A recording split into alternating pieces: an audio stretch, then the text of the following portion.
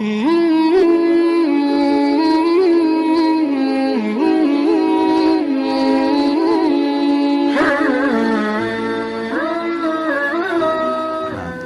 tumit antum buka. Bukan itunya dirapatkan, tumitnya dibuka. Bukan, dibuka. Afwan. Ya ini dibuka. Nah, seperti itu. Jadi kalau lagi ngatur shaf, kakinya jangan seperti kipas begini ya. Tetapi ini tumitnya dibuka dan ukurannya ukuran standar pundak ini ukuran standar ya. Maka telapak kaki antum buka seukuran itu saja. Tidak usah masuk ke shaf orang di sebelah. Ya. Ini serius memang karena kadang-kadang ada orang badannya kecil kakinya besar gitu kan. Atau dia ikuti sejadahnya. Nah, ini manfaatnya kalau kaki rapat begini, otomatis betis juga ketemu, pundak pun ketemu. Ini yang masuk dalam hadis Nabi SAW. Siapa yang sholat seperti ini tidak akan dimasuki oleh syaitan di antara safnya. Sebagaimana Nabi SAW mengatakan, rapatkan dan luruskan saf kalian, jangan buat ada celah buat syaitan. Karena kalau dia ada, dia akan mengganggu sholat. Oke? Sekarang antum balik ke sana, balik ke teman-teman supaya dilihat tata cara sholatnya. Coba takbir Allahu Akbar seperti yang kita sudah pelajari. Ya, ininya dihadapkan ke depan, ini rapat ya. Ini jarak kurang lebih 1 jengkal dari sini. Tidak usah dikakukan tangannya. Coba, ya ininya juga sejajar sama ini atau sejajar sama kuping. Ini nggak usah ikut pundaknya, tangannya aja. Ya, antum nggak usah takut, saya tidak hukum. Coba dilenturkan saja, lihat saya, dilenturkan saja tangannya. Nggak usah kaku. Ini semuanya ke depan dan rapat. Sejajar dengan pundak atau sejajar sama kuping, ya. Ya. Ini ujung kuping. Dan ini standar tadi saya bilang. Ini standarnya. Takbir, kalau mau ruku juga Allahu Akbar, ya. Kalau mau sujud juga sama nanti. Sudah? Sekarang letakkan di dada pada saat takbir, ya, di ulu hati saja. Ya. Ini cara yang pertama adalah punggung kanan ketemu sama punggung kiri. Kemudian cara yang kedua, pergelangan kanan memegang pergelangan kiri, digenggam. Genggam begini. Ya, seperti ini betul. Ini digenggam. Ini cara yang kedua. Ini biasa saja, antum biasa saja. Ini pundak jangan ikut ya. Jadi tangan kita saja. Pundak tetap biasa. Allahu Akbar seperti ini. Atau Allahu Akbar ini lebih jauh sedikit. Ya. Ya, pundak tidak usah ikut. Ini saja. Baik, sekarang ruku coba. Afwan, tinggal butuh 1 orang.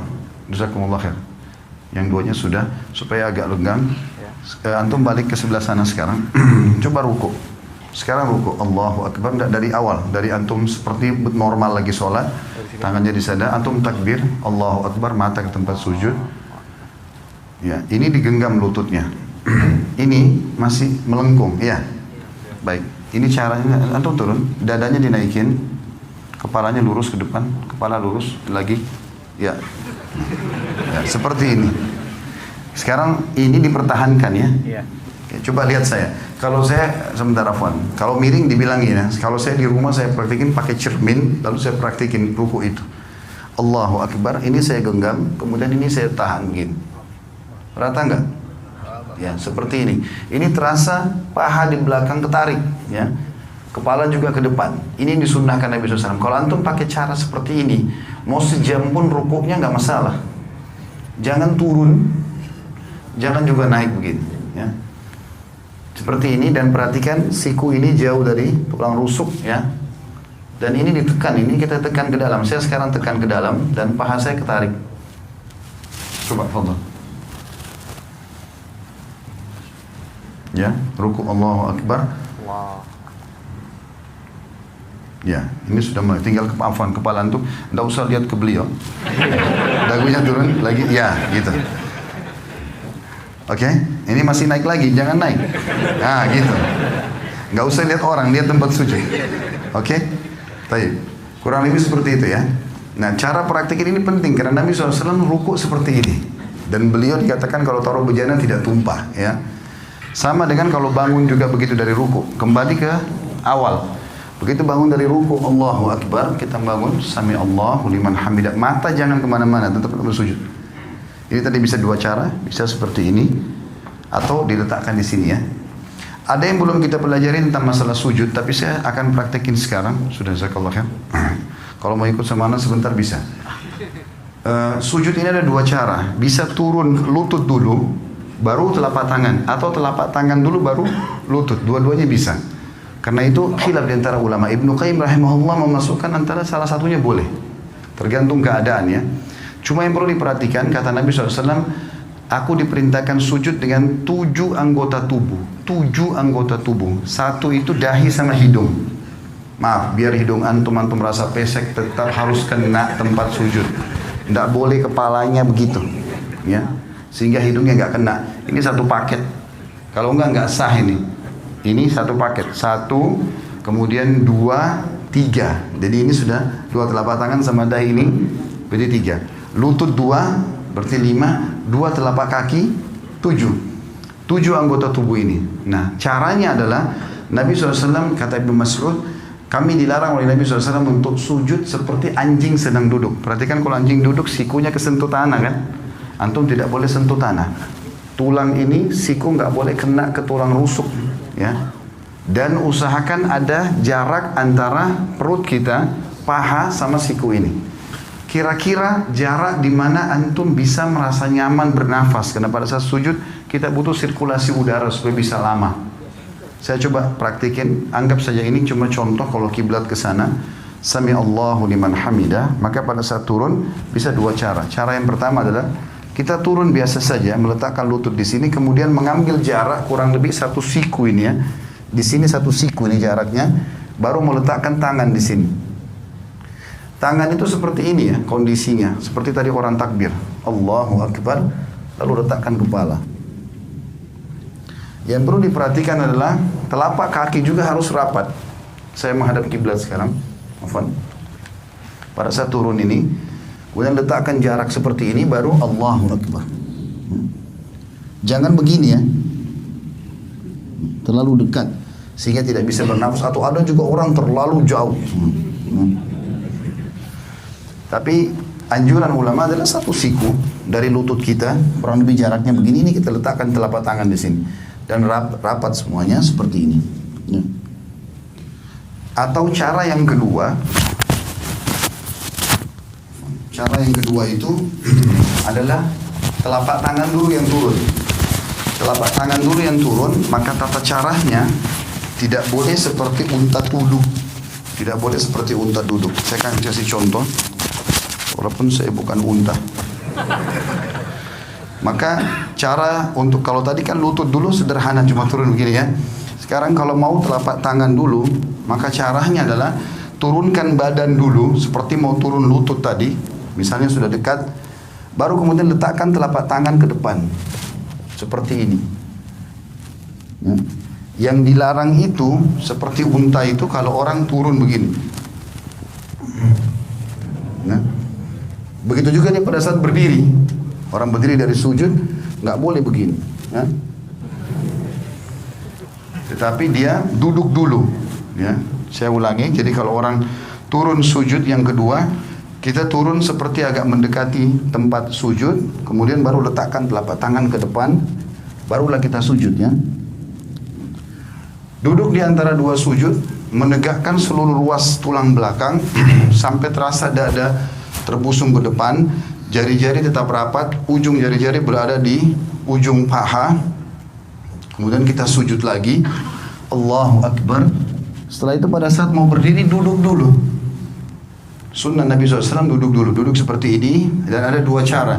Cara yang pertama, menekan paha untuk berdiri ke atas, atau menggenggam telapak tangan, ditekan lantai untuk menopang tubuh ke atas. Jadi topang ini saja ke atas, ya, seperti ini.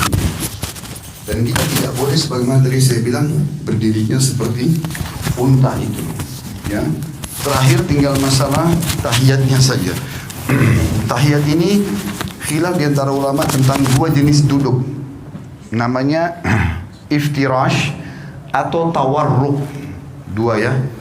Iftirash atau tawarruk. Apa itu iftirash? Iftirash itu duduk seperti di antara 2 sujud. Itu namanya iftirash, ya. Kalau tawarruk, warak itu artinya bokong. Kita meletakkan bokong kita di tanah. Nah ini khilaf ulama. Kapan dikerjakan iftirash, kapan dikerjakan tawarruk? Imam Syafi'i rahimahullah berkata, duduk tawarruk, tahiyat seperti ini. Yang kita duduk, ya, seperti ini. Ini namanya tawarruk karena bokong kita duduk di tanah. Ini kata Imam Syafi'i rahimahullah, dikerjakan setiap kali mau salam. Mau sholatnya 1 rakaat saja, mau 2 rakaat, seperti misalnya witir 1 rakaat. Ya tetap aja antum duduknya pada saat tahiyat, karena mau salam tawarruk. Ya. 2 rakaat juga seperti sholat sunnatul fajr atau sholat subuh, sama tawarruk. Nanti lebih dari itu pun, misalnya rakaat maghrib 3 rakaat atau isya 4 rakaat, semuanya kalau mau salam tawarruk. Kalau jumhur ulama, Imam Ahmad dan Imam Malik mengatakan tidak. Kalau sholat di bawah 3 rakaat, seperti witir 1 rakaat atau sholat sunnatul fajr 2 rakaat, walaupun mau salam duduknya iftirash, duduknya seperti ini. Tawarruk itu hanya dikerjakan duduk yang seperti ini, itu dalam pendapat jumhur ulama. Nanti kalau sudah lebih dari 2 rakaat, seperti rakaat ketiga maghrib, rakaat keempat isya, baru duduknya tawarruk. Dua-duanya ini boleh ya, karena ini khilaf diantara ulama, kita nggak boleh nyalain orang. Jadi kalau antum lihat ada orang tahiyat kedua, ya tahiyat akhir misalnya, sholat subuh duduknya begini, jangan disalahkan. Karena itu pendapat Imam Malik dan Imam Ahmad, dan itu jumhur ulama. Mereka mengatakan justru kalau lebih dari 2 rakaat, rakaat ketiga baru kemudian duduknya tawarruk, ya. Tapi Imam Syafi'i mengatakan tidak. Jadi kalau ada yang sholat witir pun 1 rakaat sudah iftirash, tawarruk, maka itu berarti mengikuti mazhab Syafi'iyah. Tinggal yang saya mau titik beratkan teman-teman, masalah salam dan tata cara mengubah dari iftirash ke tawarruk. Sekarang kan kalau iftirash itu seperti ini, telapak kaki kiri kita dipakai duduk ya. Bagaimana caranya mengubah ini dari ini ke tawarruk? Perhatikan ya, caranya adalah cuma memasukkan telapak kaki kiri ke bawah tulang kering kanan. Contoh, cuma begini saja, ini dimasukkan, lalu kita duduk di tempat yang sama. Jangan begini, karena banyak orang kita begitu. Dia duduk begini langsung dia dorong orang ke sana semua. Jadi ini kena, semua kena. Dia nggak bisa duduk. Jadi cara yang benar adalah hanya memasukkan ini ke bawah sini saja dan duduk di tempat yang sama. Tidak berubah apa-apa. Saya tidak mengubah apa-apa di sini. Maka ini posisi yang harus diperhatikan. Begitu juga dengan masalah salam. Pada saat kita sudah selesai membaca tahiyat, tentu tahiyat sunnahnya ada yang mengatakan pada saat syahadat mengangkat jari, ada yang mengatakan juga nanti dari awal sudah at-tahiyat itu sudah mengangkat ya. Dan hadis riwayat Tirmidzi, khilaf antara ulama tentang masalah itu, tentang hadis Nabi SAW bahwasanya gerakan jari di tasyahud lebih keras bagi iblis daripada cambukan besi. Ada yang menghasankan, ada yang melemahkan. Kalau saya termasuk yang berpegang pada menghasankan hadisnya, sehingga menggerakkan jari itu, menggetarkannya bagian daripada sunnah Nabi SAW. Intinya antum setelah baca tahiyat tinggal salam. Dikatakan Nabi SAW kalau salam terlihat pipi putih atau putih pipi beliau oleh makmum di belakang. Jadi seperti ini. Assalamualaikum warahmatullah. Terasa ini tertarik. Tahan sebentar, baru Assalamualaikum warahmatullah. Badannya nggak usah ikut salam ya. Cuma leher saja. Assalamualaikum warahmatullah. Assalamualaikum warahmatullah. Sampai situ. Mengusap wajah nggak ada dalam syariat. Jadi cukup situ berarti sudah selesai sholatnya. Allahu a'lam. Ini tata cara.